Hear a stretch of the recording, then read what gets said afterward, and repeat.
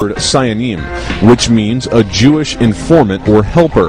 Michael Goff, a criminal Jew who comes from a long line of B'nai B'rith Freemasons, left a very cushy job with the law firm of Cedar and Chandler to work for Arabs and run marketing for an unknown software company. Michael Goff was marketing manager at P-Tech Incorporated, a leading provider of business process modeling, design, and development software. In this capacity, Michael managed various marketing programs and activities, including public relations, direct mail, web development, collateral, trade shows, and seminars. Additionally, Michael worked closely with the P-Tech sales organization to perform competitive analysis as well as manage lead tracking and fulfillment activities. Goff also worked for an Israeli-run computer security company called Guardium. Guardium is a database security firm, clearly a Mossad operation working in a critical area, the same area that the two planes that hit the World Trade Center originated,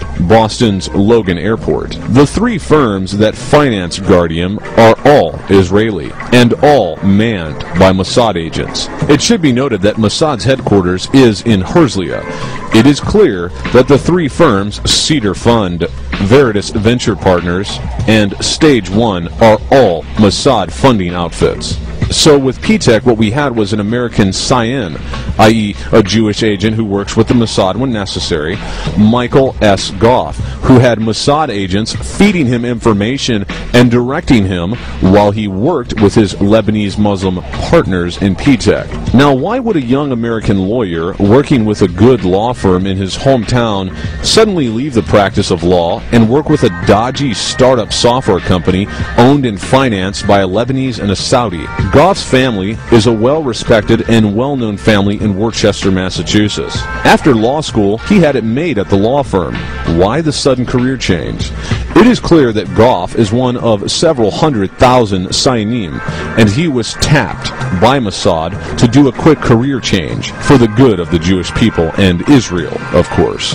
Under Goff, P-Tech software loaded with trapdoors and Trojan horses was sold and loaded onto the most sensitive computer systems, which subsequently failed miserably, or performed well, depending on your view, on September 11th, 2001. Goff's father and grandfather, Samuel, were accountants who belonged to Worcester's Commonwealth Lodge 600 of B'nai B'rith. They were both 32nd degree Masons. But P-Tech wasn't the only software firm that was involved with the massive breakdown in communication on 9/11. Because the attacks involved systems used by the FAA, NORAD, and the U.S. Air Force, the conspirators would have needed super user access to the command and control centers of these three separate organizations.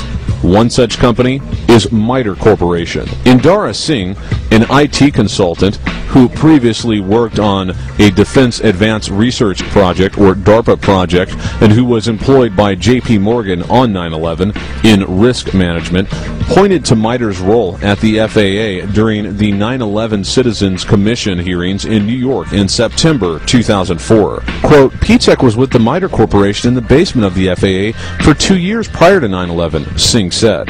Quote, their specific job is to look at interoperability issues the FAA had with NORAD and the Air Force in the case of an emergency. If anyone was in a position to know that the FAA, that there was a window of opportunity or to insert software or to change anything, it would have been P-Tech along with MITRE, unquote. The MITRE Corporation is a major defense contracting organization headed by the former Director of Central Intelligence, or DCI, which was none other than Jew Dr. James Rodney Schlesinger.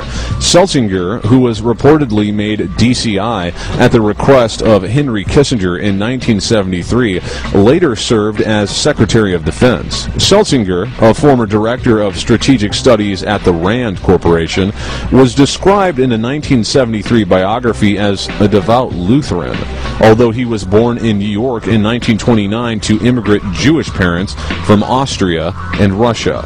Schlesinger earned 3 degrees from Harvard University. Schlesinger's father, an accountant, founded the accounting firm Schlesinger and Haas and was a trustee and chairman of the budget of the Stephen Wise Free Synagogue.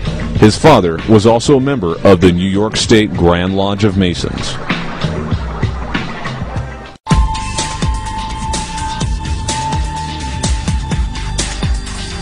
On 17th October 2001, Michelle Moad reported in the Mercury of Philadelphia that 2 men were caught by federal immigration authorities with detailed footage of the Sears Tower in Chicago, Illinois.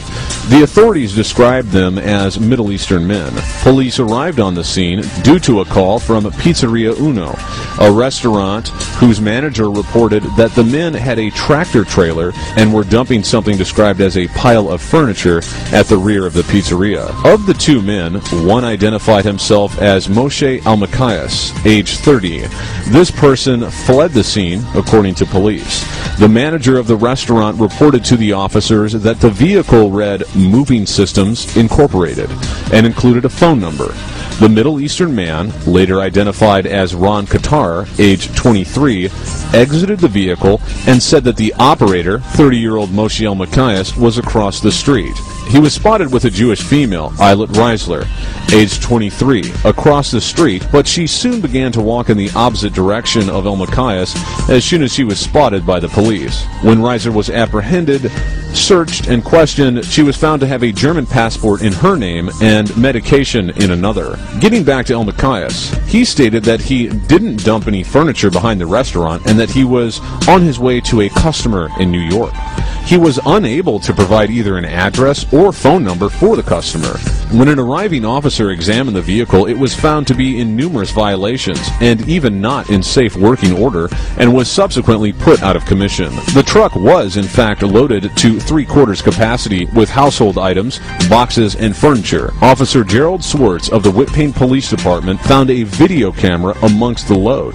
Plymouth police officer David McCann reviewed the tape and found that it had footage of Chicago, but suspiciously had numerous zoom-in shots of the Sears Tower. The 3 suspects were eventually questioned by the FBI and detained by INS. The Israelis were eventually released, but coupled with the antics of the dancing Jews that were caught on 9/11 and their front company, Urban Moving Systems, and these suspicious characters and their supposed moving company, is it possible that the plane that went down in Pennsylvania was intended for the Sears Tower in Chicago before the aircraft made an abrupt change of course over the state of Ohio?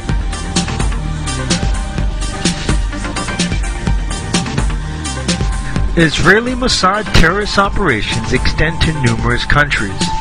Here is just one example apart from 9/11 and others that we have briefly covered. As reported in La Voz de Altasan, 2 men posing as press photographers, one of them a former Israeli colonel and Mossad agent, were arrested inside the Mexican Congress on October 10, 2001.